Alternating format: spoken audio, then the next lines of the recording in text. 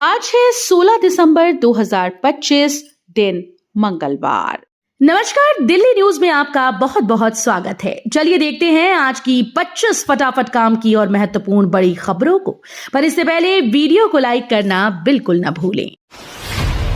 Delhi NCR में fog और smog का कहर, सुप्रीम कोर्ट ने प्रदूषण पर जताई चिंता। दिल्ली एनसीआर में घने फॉग और स्मॉग ने हालात गंभीर बना दिए हैं। कई इलाकों में विजिबिलिटी 0 रही और AQI 500 के करीब।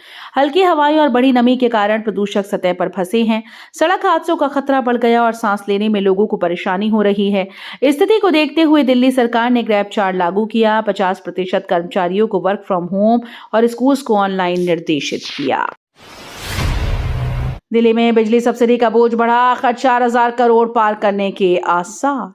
दिल्ली में बिजली सब्सिडी का खर्च 2025-26 में पहली बार 4,000 करोड़ रुपए से अधिक होने के आसार हैं।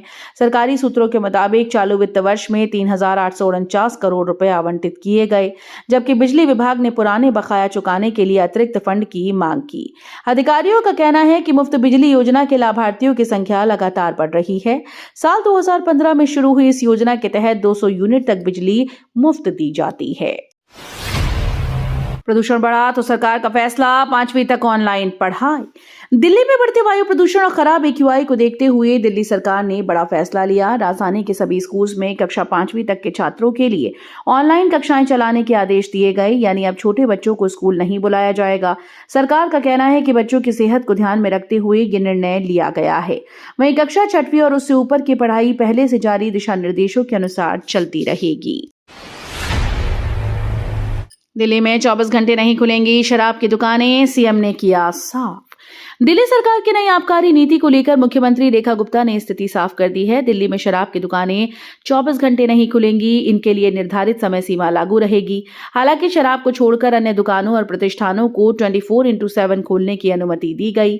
सरकार ने महिलाओं को नाइट शिफ्ट में काम करने की इजाजत भी दी है, लेकिन नियोक्ताओं के लिए उनकी सुरक्षा, परिवहन और सुविधाएं देना अनिवार्य होगा। दिल्ली को मिलेगी हरियाली की नई सौगात, 2 सिटी फॉरेस्ट तैयार। दिल्ली वासियों के लिए राहत की खबर है। राजधानी में 2 नए सिटी फॉरेस्ट बनाने की तैयारी शुरू हो गई। ये सिटी फॉरेस्ट दक्षिण पश्चिम दिल्ली के खरखरी, जटमल और उत्तर पश्चिम दिल्ली के मुखमेलपुर में विकसित किए जाएंगे।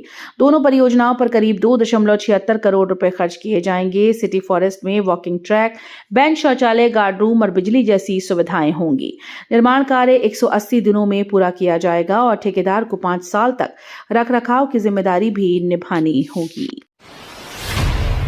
घने कोहरे और तकनीकी खामी ने रेलवे यात्रियों को मुश्किल में डाल दिया।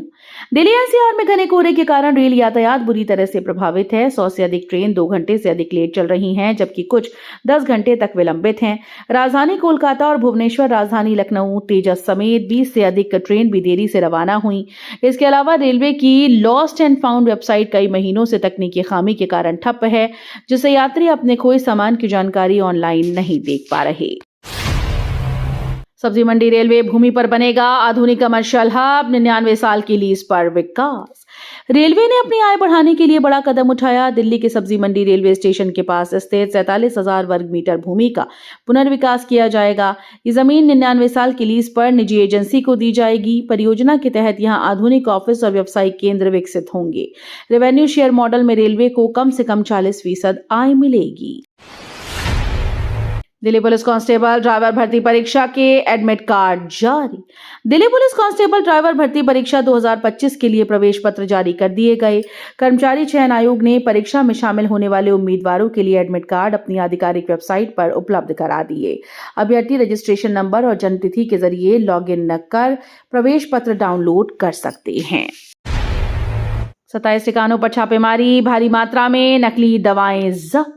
दिल्ली में नकली और अवैध दवाओं के कारोबार के खिलाफ सरकार ने बड़ी कार्रवाई की। ड्रग्स कंट्रोल डिपार्टमेंट ने भागीरथी पैलेस और सदर बाजार समेत 27 ठिकानों पर छापेमारी की। इस दौरान बड़ी मात्रा में नकली दवाएं, सिरप, मेडिकल डिवाइस और सर्जिकल सामान बरामद किए गए। 10 से अधिक दवा फर्में नियमों का उल्लंघन करती पाई गईं। 204 सैंपल जांच के लिए भेजे गए। स्वास्थ्य मंत्री पंकज कुमार सिंह ने कहा कि ऐसे अभियान आगे भी लगातार जारी रहेंगे। दिल्ली में जारी अतिक्रमण हटाओ अभियान, ओखला बना नया केंद्र। राजधानी दिल्ली के ओखला विधानसभा क्षेत्र के आली गांव में कल बड़ा प्रशासनिक एक्शन देखने को मिला।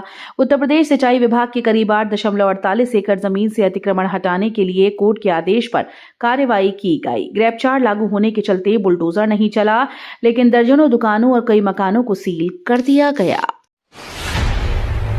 कालिंदी कुंज जाम से निजात के लिए नई सड़क और फ्लाईओवर प्रस्तावित।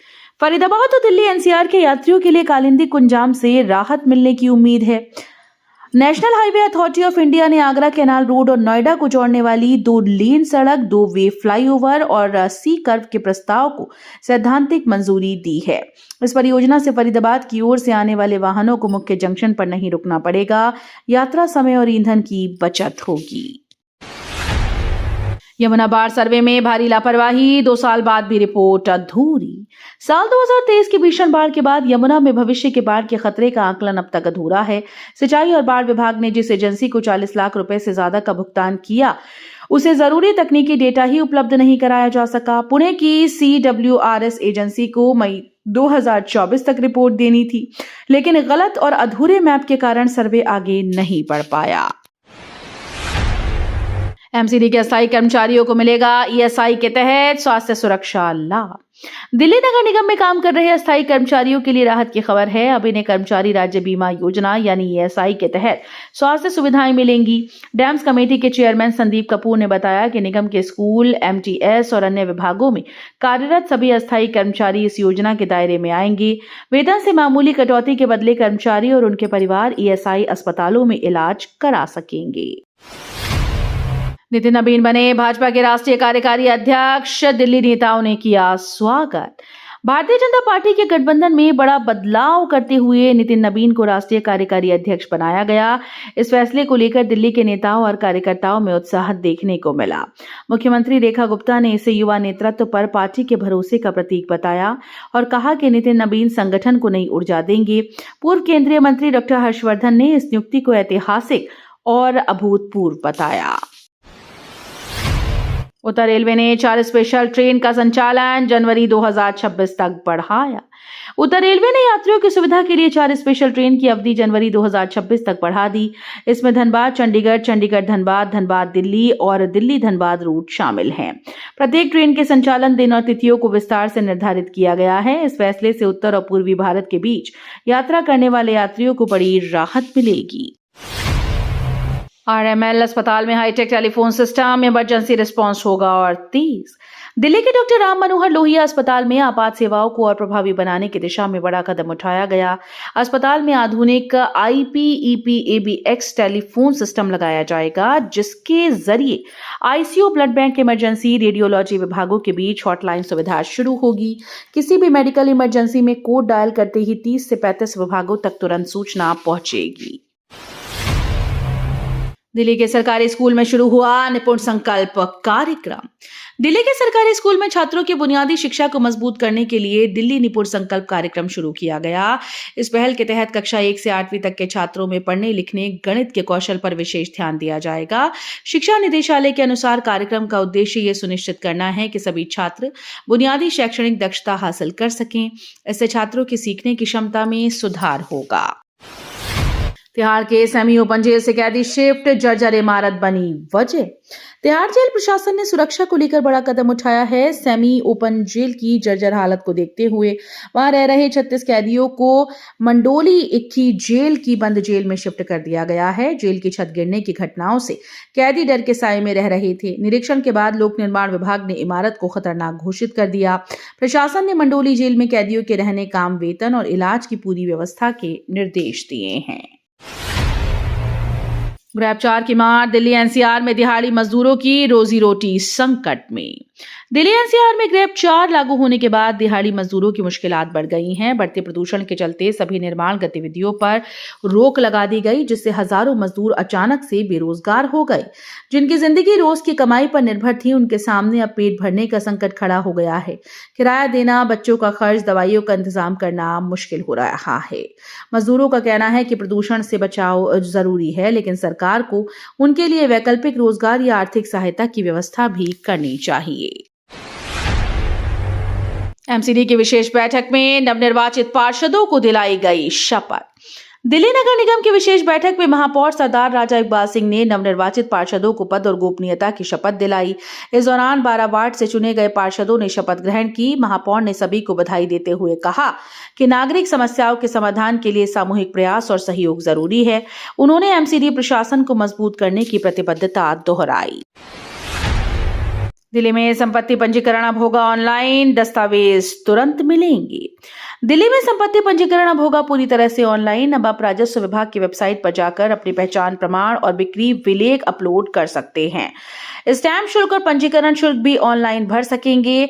इसके बाद आपको केवल SRO में फोटो और अंगूठे का बायोमेट्रिक सत्यापन कराना होगा। प्रक्रिया पूरी होने पर आपका डिजिटल रिकॉर्ड तैयार हो जाएगा। भारतीय ज्ञान परंपरा को बढ़ावा देने पर जोर, संसद में लाया गया नया शिक्षा बिल। संसद में उच्च शिक्षा सुधार से जुड़ा बड़ा कदम उठाया गया है। केंद्र सरकार ने विकसित भारत शिक्षा अधिष्ठान विधेयक 2025 संसद में पेश किया। इस विधेयक का मकसद उच्च शिक्षा के नियमन, मान्यता और प्रशासनिक ढांचे में व्यापक बदलाव करना है। विधेयक को जांच के लिए संयुक्त संसदीय समिति यानी JPC के पास भेजा गया। अबू धाबी में आज IPL 2026 का मिनी ऑक्शन, खिलाड़ियों पर पैसों की बरसात। दुनिया की सबसे बड़ी क्रिकेट लीग IPL 2026 का मिनी ऑक्शन आज 16 दिसंबर को अबू धाबी में आयोजित किया जाएगा। इस ऑक्शन के लिए कुल 359 खिलाड़ियों को शॉर्टलिस्ट किया गया, लेकिन 10 फ्रेंचाइजीज केवल 77 खिलाड़ियों को खरीद सकेंगी। मिनी ऑक्शन में फ्रेंचाइजीज के पास कुल 237.55 करोड़ रुपए होंगे, जिनसे वे खिलाड़ियों पर बोली लगाएंगी। इस ऑक्शन को लेकर क्रिकेट फैंस में जबरदस्त उत्साह है। दिल्ली हाईकोर्ट ने सरकार को चेतावनी दी, दिव्यांगों की आरक्षित सीटें भरी। दिल्ली हाईकोर्ट ने दिल्ली सरकार को चेतावनी दी है कि अगर विभिन्न सरकारी विभागों में दिव्यांगों के लिए आरक्षित खाली सीटें नहीं भरी गईं तो उसके खिलाफ अवमानना की कार्रवाई की जाएगी। चीफ जस्टिस DK उपाध्याय की अध्यक्षता वाली बेंच ने सरकार से विस्तृत हलफनामा दाखिल करने को कहा। याचिका national federation of the blind द्वारा दायर की गई थी। कोर्ट ने सरकार की धीमी कार्रवाई पर नाराजगी जताई। गोट इंडिया टूर 2025। दिल्ली में लियोनेल मेसी का G80 इंडिया टूर 2025 का समापन शानदार तरीके से हुआ। मौसम खराब के बावजूद मेसी, लुइस सुआरेज और Rodrigo de Paul charter flight से दिल्ली पहुंचे। अरुण जेटली स्टेडियम में आयोजित कार्यक्रम में हजारों फुटबॉल प्रेमियों ने मेसी के नारों के साथ उनका स्वागत किया। बच्चों और युवा खिलाड़ियों के साथ खेलते हुए मेसी ने सभी को प्रेरित किया। ICC चेयरमैन जय शाह और CM रेखा गुप्ता भी मौजूद रहे। कार्यक्रम के बाद मेसी मियामी के लिए रवाना हुए, लेकिन दिल्ली के फैंस के लिए ये पल हमेशा यादगार रहेगा। तो ये थी आज की बड़ी खबरें। रोजाना ऐसे ही सबसे पहले अपडेट पाने के लिए चैनल को सब्सक्राइब करना बिल्कुल न भूलें। धन्यवाद।